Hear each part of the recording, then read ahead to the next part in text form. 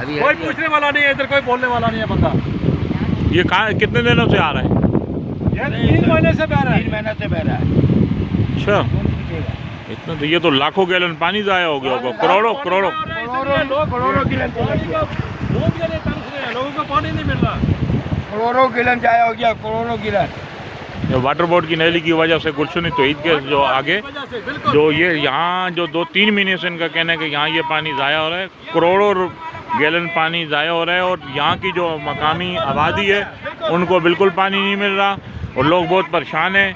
अगर ये सिंध हुकूमत या वाटर बोर्ड इधर तवज्जो दे तो ये करोड़ों गैलन जो पानी ज़ाया हो रहा है ये आबादी को मिल सकता है।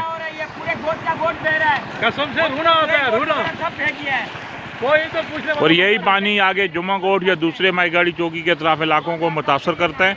डीसी वेस्ट, वाटर बोर्ड वाले, सिंध हुकूमत और यहाँ के जो मकामी जो लोग हैं MNA MP जिन्होंने इनको वोट देकर जो वो किया था वो अभी तक खामोश हैं। लोग पानी की वजह से आने जाने से भी परेशान है और ये पानी जो करोड़ों गैलन ज़ाया हो चुका है, अभी इनकी अपील है कि इस पानी को जो बचाया जाए और यही पानी आबादी को दिया जाए। आबादी को दिया जाए, बिल्कुल।